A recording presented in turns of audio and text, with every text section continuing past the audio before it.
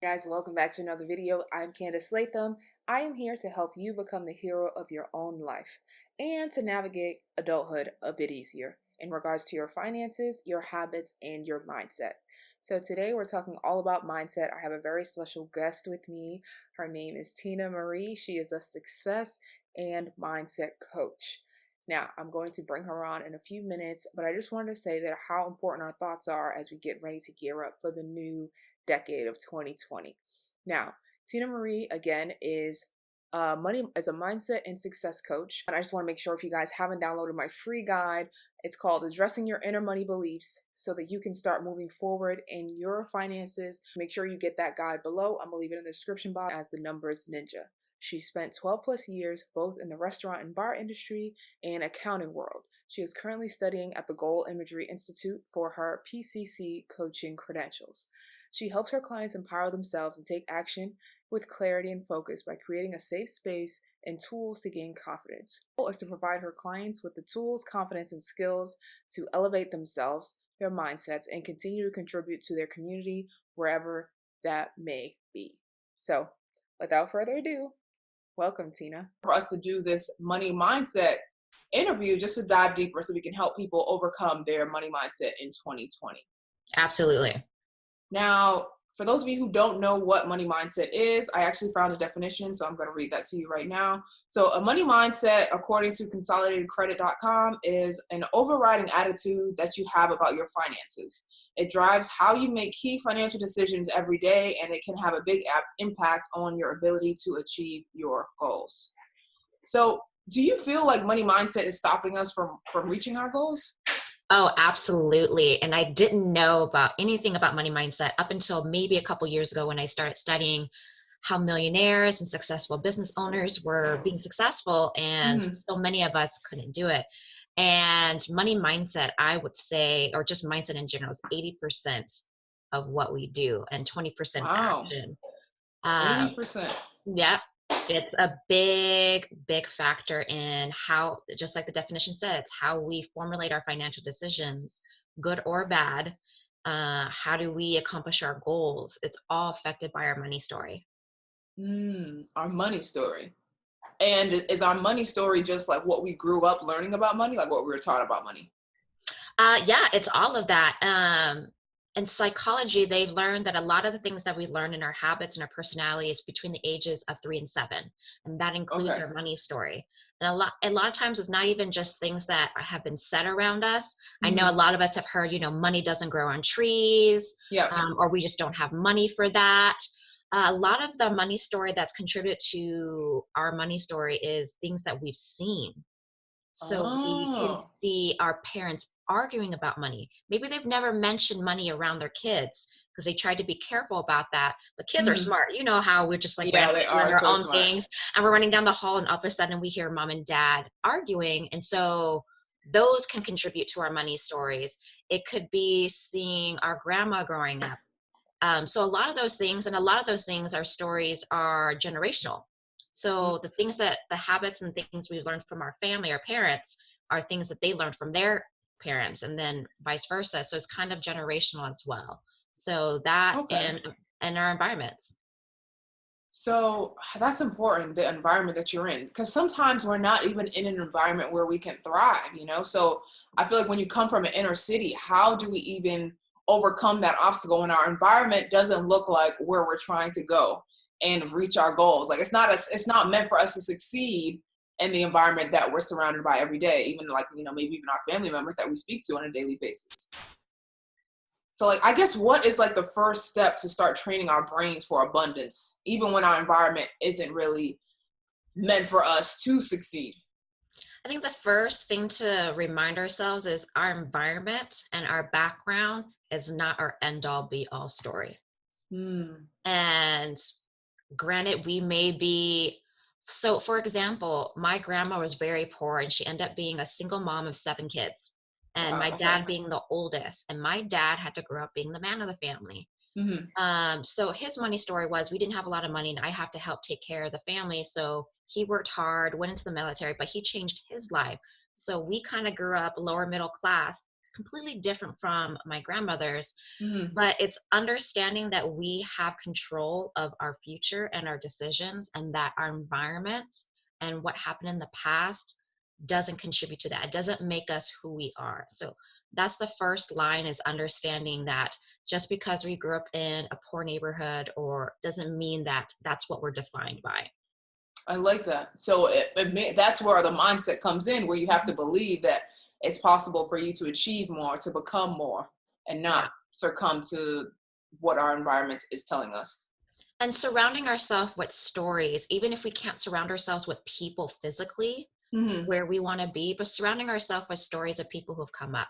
Look at Oprah. She grew up poor, and in her career, she was told that she wasn't pretty enough to be on TV, that Mm-hmm. she would never be successful. And look at her now. She pulled herself through the bootstraps. Look at Michelle Obama. She got to be the first lady of the United States. Yep. Nobody ever thought there would ever be even a black I president. know, that's true. And I'm doing all these female, uh, but those are the stories that I've surrounded myself. J.K. Rowling, she wrote Harry Potter when she was the equivalent of the UK welfare, was Mm-hmm. broke, homeless, had a kid, Wow. but she pulled herself up. They all had that goal and had that dream and just continued working and had faith in that. And that all had to do with mindset. Their mindset. Okay, We've so that's a all been good point. rejected. They've all been knocked down. They've Mm-hmm. all had to work probably multiple jobs until they made their dreams come true. And Yep. that's what we have to keep that in mind, is we're not defined by our circumstances now, and just surrounding ourselves with those like success stories and say, hey, I can do that too. I love that, because sometimes we don't have like a physical person we can talk to see that success. Sometimes it's not our mom, it's not our cousin, it's not Mhm. anybody around us. So it's good that we can pull from successful people, even if we don't know them, we don't speak to them every day. Yeah. And we're Okay. lucky enough now that we have social media. Actually, it's a Mhm. gift and a curse. Yeah. But we have the control of crafting what our feeds look like. So only Mm. following people who are positive. Maybe we could be following people who are in our community, but not necessarily in our neighborhoods, that, hey, I'm sitting here trying to pay off debt and it's really hard, but following their story and seeing their successes, that Hmm. can reaffirm that we can do that too. I love. There's plenty of Facebook groups. So you don't even have to be on Facebook, just be on Facebook support groups. That can be Hmm. helpful. I love Instagram because you can literally tailor your feed and only follow people that are inspirational. I love So it too. it's eliminating that toxicness, those like the bad things that you see, and only putting those positive influences to where you want to be. It's true. And I stopped in September. I haven't visited the Shade Room page. I used to check the Shade Room every day. And I didn't realize, like, you don't think that shade is affecting you, but like, it's like just taking up space in your brain, and other things could be Mhm. there. Other thoughts could be floating there instead of like thoughts about Omarion or whatever celebrities going on. You could be filling those thoughts with affirmations, or, just things about your goals and dreams. Yeah, I didn't think so either. It's like, oh, you think you're just going here to just kind of escape life, right? And Hmm. it's entertainment, but it's negative entertainment. So now you're just reaffirming to yourself people talking about other people. So now Mm. that's a habit that you're gonna. It's like, well, they only are rich because they got money handed to them, or but we don't ever really. And the big thing about Instagram is, or actually social media in general, is we only see the surface. True. So I really look for people who share their kind of process in their Instagram stories. They Hmm. share their struggles on top of their successes. And I don't take everything by surface. So I only craft and follow people who are willing to be vulnerable and share both sides, because that's what I want to see. I want to Yep. see that, okay, yes, they're doing really, really well now, but they weren't always like that. So that means I have an opportunity. And even though I might hit a bump in the road, if I just keep pulling myself up and learning from my mistakes, I can get to where they're at. I love that. That's such a great point. And speaking of affirmations, do you feel like money affirmations work? By itself, no. By itself, no. Okay. When I studied all these people and all these gurus are saying, you just need to be high vibe all the time and say these affirmations day to day. And Hmm. excuse my language, that shit doesn't work by itself. Okay. They are important tools Okay. in crafting your mind to think positively. What we Mm-hmm. don't realize is we're affirming thoughts in our brains all the time. And the thoughts that we have in our brains already that are negative, we're time and time again reaffirming that that's the truth. So, for example, for me, my money story was I had to work hard in order to make money. Mm-hmm. And so I wouldn't make more money unless I worked hard. So I would be working 3 jobs and doing this, but that was reaffirmed by, okay, well, I didn't make as much money only having 1 job. So I just kept reaffirming that. Oh, I So see. affirmations in itself is just a habit to build a positive, start thinking positively. Mm-hmm. But on top of that, what's really going to cure anything and help support that mindset is action. Is, like I said, finding people who are positive influences and where you want to be and following them. It means doing the things that we don't want to do. And that means sitting down and being real with ourselves Mm-hmm. and looking at our bank statements, looking at where we are spending too much. And maybe sometimes tracking how are we feeling when we buy stuff. That was Mm. the toughest pill for me to swallow when I had to really sit down and like, okay, I want to start a business and I don't want to work anymore. So how I'm going to do this, but Yep.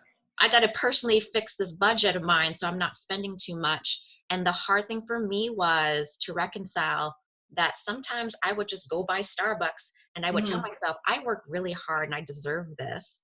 But it was Mm. really my emotional coping mechanism of just going out and buying and spending it. And that stuff adds up.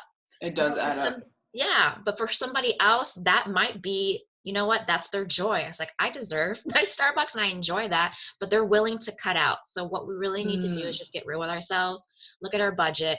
And I'm not the type of person that says you can't go get Starbucks, but looking at what you can cut out. What are you Yeah. spending money on stuff that you really don't need or want so you can have the money for the things that you really want and enjoy? Because I won't give up traveling and I won't give up eating Good out every once food. in a while, Yeah. but I will scale back if my budget doesn't allow it. But we're going to be miserable if we're always trying to cut out everything and not feel like we're Exactly. rewarding ourselves essentially. Yeah, we still have to have leave room for joy. And I love Hmm. that point. And even what you said about like having the feelings of it, well, noticing the feelings that we have when we're spending money. Like sometimes I remember going Christmas shop with my sister and then like I was about to spend, but I'm just like, oh, like I was kind of feeling a little anxious. She was like, abundance, you have to think that's abundance when you're spending money. I'm like, oh, that's right, abundance, money flows my way. Like, Yes. so she taught me because, when you're thinking like, that's kind of blocking things from coming. I don't know, but like, yeah, just want to think good thoughts when you're paying for things. And I think I learned that from Marie Forleo. She was saying every time you swipe your card, it's a kind of a game. So create Mm, these mindset games, and the games like every time you swipe your card, no matter how small or how big, when we have that fear and that anxiety, is there's more where that came from. yeah, There's exactly. more That's where what I that have to came start from. thinking. And to dig into that a little bit more, it's all about whenever I had fear. I mean, I still do. We all do. It doesn't matter how rich you are or how much money you Hmm. make. Everyone has financial anxiety in a sense, in certain ways. And it's just really thinking, have I ever really been without that for that long? Whenever I Mm, really needed to, like for me, whenever I was without or my bank account was negative in the worst time of my life, I always seem to have come out of it on the other side. yeah, So what were the things that I did at that time or what happened to help me get out of it? And maybe you have to channel that energy versus worrying about I'm going to be without. I love that. And you just mentioned financial anxiety. So, if how can we use our mind to help us if we do have financial anxiety? Again, action. I can give you tips and tricks about affirmations and all that, but that doesn't really work as much. It should add in taking action, and that is looking at your budget. How much are you making? How much more do you need to bring in? And what can Hmm. you do to bring in?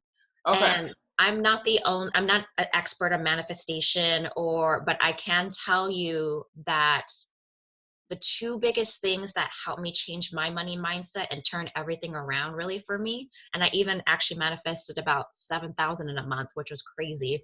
I Wow, that's manifested a awesome. trip to Hawaii. And the Hmm. two biggest things from all the people that I followed and their exercises was, I teach this to my clients as well, as an abundance tracker.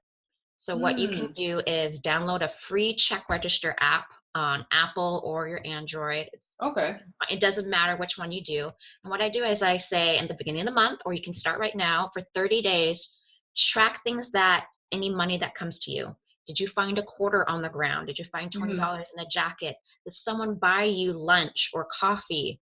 Put in how Okay. much that would have been if you had spent it, regardless if you were going to spend that or not. Hmm. Did you get a ride? Calculate those things. Did you find a gift card or someone gave you a gift card? And I think a lot of times when we have financial anxiety, and I can say this for myself, is all we can see is what's in our bank account, and all we can see is there's no money there and I have to pay bills. Hmm. But we often forget that money comes in different ways. Mm. I And like that. so the abundance tracker is to help train us in seeing that money does come to us very easily and in different ways. It's not always a paycheck, or it's not Okay. always a client paying you. So that's a great exercise to, one, have you focus more on what's coming in versus what's not there. Mm. I like that. Oh my That's gosh, that's so good. Yeah, yeah. And so that, like, for me, and I was still living kind of paycheck to paycheck at that time. I was a server, a bartender. But when I saw that, I was like, oh, wow. And when you start focusing on things coming to you easily like that, you get more things You coming get to you more easily. Yes. things. Because that month when I started doing the abundance tracker, I was trying to find cheap tickets. We end up getting our tickets gifted to us. I found Wow. hotels for like $20 a night. And we found Hmm. this amazing Airbnb right in Waikiki. And we weren't going to stay in the Airbnb that long. But we were close to all the shopping, to the beaches. And when we went to go fly over there, they had overbooked our flight and offered us $700 in airplane vouchers Wow. if we were going to bump to another. So I've never How had that awesome is happen that? to me. So when you Yeah. start focusing on those little things and things that we don't even think about, right? Hmm. Like, we take for granted that we find a quarter on the ground or someone bought us coffee. We're grateful in that moment, but we Yep. lose sight of those things as actual money coming to us when all we can see is a very low bank account. So I challenge anyone to try the abundance tracker. It's really easy to do and see how much money really comes to us. Okay. I just have one question about the abundance tracker. So, like, let's say you want to go on the trip that month. Are you saying like you hope that you get abundance things for the trip, or are you just waiting? You're just living your life and seeing, and then just counting what's coming in. Just living your life. Okay. Got Living it. your life. I'm a big deal finder, so I'm already that type of person. So it doesn't matter if you're going to take a trip that month or, I do the abundance tracker mainly to just track and see, okay, what is coming to me? How much money did I quote unquote make or come to Okay. me that wasn't necessarily a paycheck, and things that we don't even think about. And I like to do it on the app because I'm a very visual person.